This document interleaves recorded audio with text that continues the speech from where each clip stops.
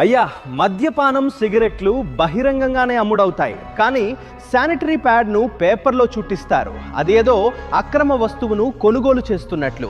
Periods సహజం, కానీ కలంకం అనేది అసాధారణమైనది. సైన్స్ సహజం, కానీ నిశ్శబ్దం అనేది అసాధారణమైనది. ఋతుస్రావం జీవశాస్త్రం, కానీ స్త్రీద్వేషంతో కూడిన ఈ రకమైన ఆలోచన ఒక సిద్ధాంతం. లోతుగా పాతుకుపోయిన సాంస్కృతిక నిషేధాలు మరియు మతపరమైన నమ్మకాల వల్ల ఋతుక్రమంతో ఉన్న మహిళలను అపవిత్రులుగా లేదా అశుద్ధులుగా ముద్రవేసి దూరం పెడతారు.